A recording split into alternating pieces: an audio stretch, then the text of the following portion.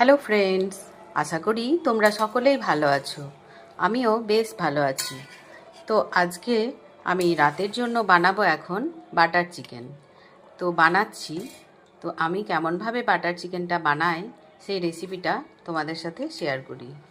তাহলে চলো দেখা যাক আমি কেমন করে বানাই।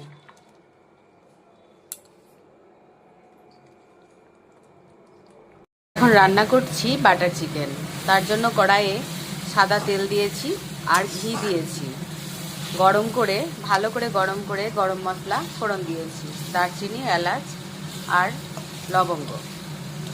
গরম হয়ে গেলে এর মধ্যে এখন রসুন দিয়েছি। রসুনটা একটু ভেজে নিয়ে ভাজা হয়ে গেছে একটু, তারপর দেব এখানে পেঁয়াজ বাটা, রসুন বাটা আর পেঁয়াজ বাটা। এই দুটো দিয়ে ভালো করে ভেজে নিয়ে তারপরে দেব ম্যারিনেট করে রাখা এই চিকেনের পিসগুলো।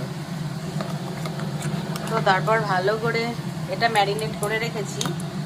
নুন, অল্প হলুদ দিয়েছি আর দিয়েছি একটু টক দই আর 1 চামচ রসুন বাটা, 1 চামচ পেঁয়াজ বাটা।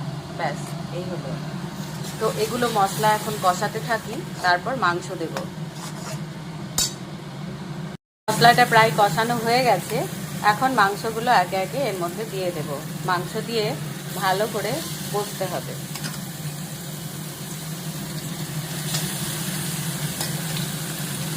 একটু টক দই দিয়ে দিয়েছি ওর মধ্যে, মশলার মধ্যে কষানো হয়ে গেছে টক দই দিয়ে।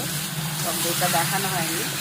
তো মশলা কষানো হয়ে গেছে, এখন মাংসটা ভালো করে কষাবো। কষিয়ে নিয়ে তারপরে আর কি কি দিই দেখতে থাকো।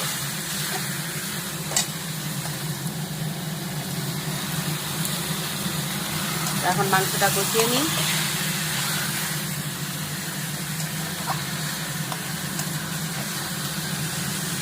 ভালো করে কষানো হয়ে গেছে আমার চিকেনটা।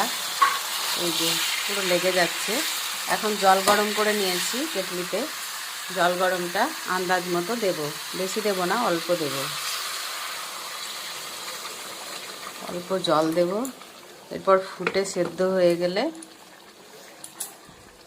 একটু বাটার পাওয়া গেছে ফ্রিজে অবশিষ্ট, এই বাটারটুকু দেব, দিয়ে নামিয়ে দেব। এটা জল দিয়ে ভালো করে ফুটবে, ঢাকা দিয়ে অল্প আঁচে ভালো করে সেদ্ধ করব।